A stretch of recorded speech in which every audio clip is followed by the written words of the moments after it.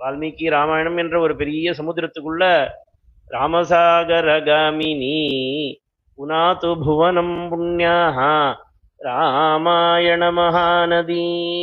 ராமாயண மகாநதினாள். மகாநதினா என்ன? சமுத்திரம்னு அர்த்தம். அப்போ ஏற்பட்ட சமுத்திரத்துக்குள்ள போய் முழுகிடுன்னு சொல்லியிருக்காள். அது முழுகி வெளியில் வரப்படாது.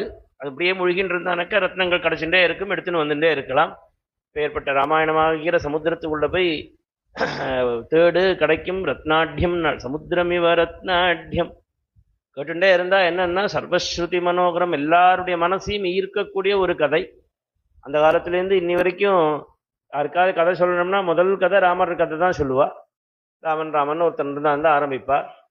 பாடம் படிக்கணும்னா சம்ஸ்கிருத பாடம் படிக்கிறதா முதல் சப்தம் ராமசப்தம் தான். எதை எடுத்தாலும் ராமானு தான் ஆரம்பிச்சு கொடுத்துருக்காள்.